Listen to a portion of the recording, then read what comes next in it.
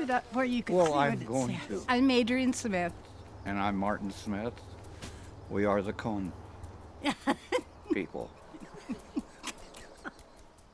Well, we started doing it because her folks did it. And I worked in the mills. Mills would shut down and you needed extra money and it was fun.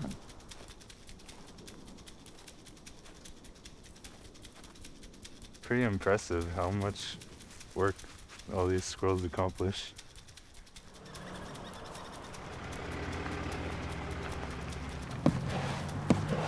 And where'd you get all these at? I got those ones in the corner.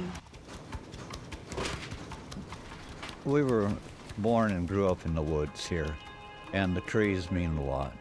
And I know their value, not only for lumber, but just for a better environment.